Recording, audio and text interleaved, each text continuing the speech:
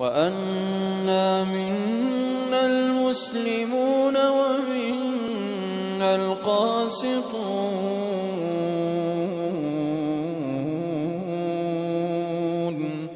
فَمَنْ أَسْلَمَ فَأُولَئِكَ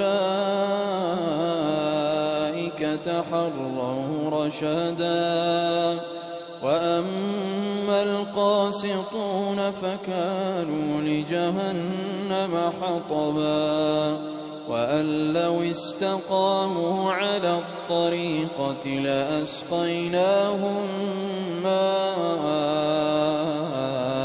غَدَقًا لِّنَفْتِنَهُمْ فِيهِ وَمَن يُعْرِضْ عَن ذِكْرِ رَبِّهِ يَسْلُكْهُ عَذَابًا صَعَدًا.